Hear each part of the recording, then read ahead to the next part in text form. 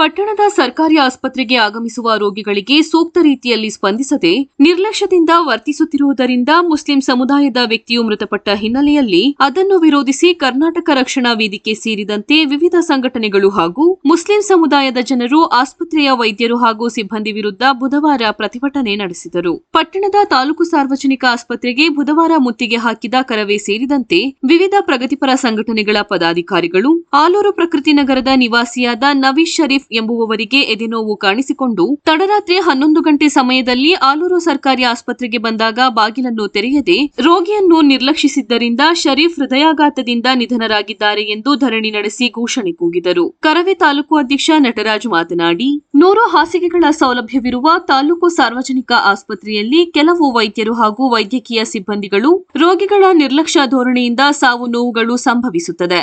ಸಂಬಂಧಪಟ್ಟ ಇಲಾಖೆ ಅಧಿಕಾರಿಗಳು ಮಾತ್ರ ಸೂಕ್ತ ಕ್ರಮ ಕೈಗೊಳ್ಳದೇ ಇರುವುದು ವಿಪರ್ಯಾಸದ ಸಂಗತಿಯಾಗಿದೆ.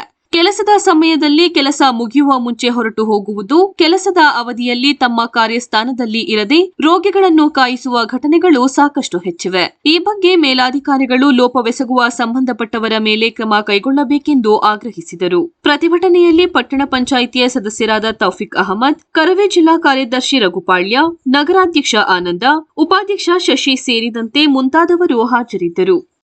ಸಾರ್ವಜನಿಕ ಆಸ್ಪತ್ರೆಯಲ್ಲಿ ರಾತ್ರಿ ಈ ಹಾಸ್ಪಿಟ್ಲ್ನ ಅವ್ಯವಸ್ಥೆಗಾಗಿ ಒಬ್ಬ ರೋಗಿ ನವೀದ್ ಎಂಬಾತ ರಾತ್ರಿ 12 ಗಂಟೆಯಲ್ಲಿ ಈ ಹಾಸ್ಪಿಟ್ಲಿಗೆ ಬಂದಂಥ ಸಂದರ್ಭದಲ್ಲಿ ಡೋರ್ನ ತಟ್ತಾರೆ. ಡೋರ್ ತಟ್ಟಂಥ ಸಂದರ್ಭದಲ್ಲಿ ಸಾರ್ವಜನಿಕ ಆಸ್ಪತ್ರೆಯಲ್ಲಿ ಏನು ರಾತ್ರಿ ನೈಟ್ ಡ್ಯೂಟಿ ಮಾಡ್ತಾ ಇರ್ತಾರೆ, ಯಾರು ಡೋರ್ ತೆಗಿಯಲ್ಲ. ಆ ಸಂದರ್ಭದಲ್ಲಿ ಆ ರೋಗಿ ಮನೆಗೆ ಹೋಗಿ ಗ್ಯಾಸ್ಟ್ರಿಕ್ ಆಗಿರ್ಬೋದು ಅನ್ನೋ ಉದ್ದೇಶಕ್ಕೆ ಗ್ಯಾಸ್ಟ್ರಿಕ್ ಮಾತ್ರೆ ತಗೊಂಡು ಬೆಳಗ್ಗೆ ಸಾವನ್ನಪ್ಪಿರ್ತಾರೆ. ಇದಕ್ಕೆ ಮೂಲ ಕಾರಣ ಆಲೂರು ತಾಲೂಕು ವೈದ್ಯಾಧಿಕಾರಿಗಳು, ರಾತ್ರಿ ಇದ್ದಂಥ ಸಿಬ್ಬಂದಿ ವರ್ಗದರು.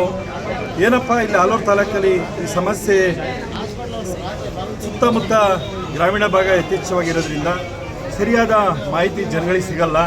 ಇಲ್ಲಿ ಬಂದಂಥ ಸಂದರ್ಭದಲ್ಲಿ ಅವರಿಗೆ ಪ್ರಥಮ ಚಿಕಿತ್ಸೆ ಕೊಟ್ಟು ECG ಏನಾದರೂ ಮಾಡಿ ನಿಮಗೆ ಉನ್ನತ ಚಿಕಿತ್ಸೆ ಬೇಕು ಅಂತ ಹಾಸನಿಗೆ ಕಳಿಸಿದ್ರೆ ಅವ್ರು ಬಹುಶಃ ಬದುಕ್ತಾ ಇದ್ರು.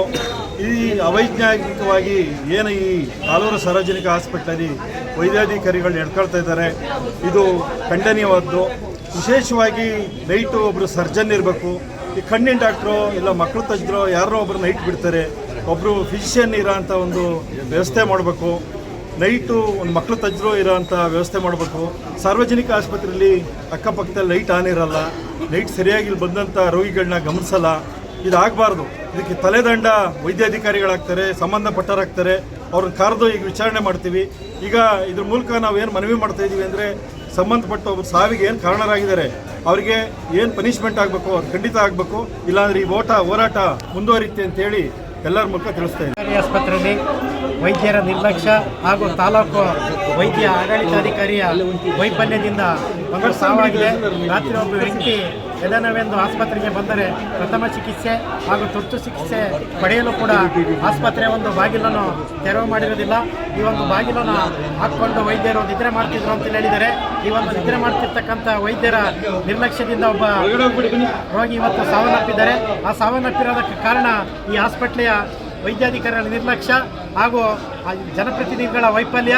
ಈ ಒಂದು ವಿಚಾರವನ್ನು ನಾವು ಹಿಂದೆ ಧ್ವನಿ ಎತ್ತಿದ್ವಿ ಪತ್ರಿಕೆಯಲ್ಲಿ. ಆಸ್ಪತ್ರೆಯಲ್ಲಿ ರಾತ್ರಿ ಯಾರು ವೈದ್ಯರಿರಲ್ಲ ಅಂತ. ತಾಲೂಕು ಕೇಂದ್ರದ ಆಸ್ಪತ್ರೆ ಆಗಿರೋದ್ರಲ್ಲಿ 24 ಗಂಟೆನೂ ಕೂಡ ವೈದ್ಯರ ಸವಲತ್ತಿಲ್ಲಿ ಇರಬೇಕು, ಸೌಲಭ್ಯ ಇರಬೇಕು. ಯಾವುದೇ ಒಂದು ಸಣ್ಣ ಪುಟ್ಟ ಒಂದು ಚಿಕಿತ್ಸೆಗೆ ಬಂದರೂ ಕೂಡ ಹಾಸನದ ಆಸ್ಪತ್ರೆಗೆ ಕಳಿಸುವಂಥ ಒಂದು ವ್ಯವಸ್ಥೆನ ರೂಢಿಸ್ಕೊಂಡಿದ್ರೆ ಅದು ನಿಲ್ಲಬೇಕು. ಅದ್ರ ಜೊತೆಗೆ ಏನಿಲ್ಲಿ ಸಾವು ನೋವು ಹೋಯ್ತಿದ್ದೇವೆ ಅದಕ್ಕೆಲ್ಲ ಇಲ್ಲಿರ್ತಕ್ಕಂಥ ವೈದ್ಯರು ಏನು ಅವ್ರನ್ನ ಅಮಾನತು ಮಾಡಲಿಲ್ಲ ಅಂದರೆ ಮುಂದಿನ ದಿನಗಳಲ್ಲಿ ಕರ್ನಾಟಕ ರಕ್ಷಣಾ ವೇದಿಕೆ ವತಿಯಿಂದ ಬೃಹತ್ ಮಟ್ಟದ ಹೋರಾಟ ಮಾಡಬೇಕಂತೇಳಿ ಎಚ್ಚರಿಕೆ ನೀಡ್ತೀವಿ.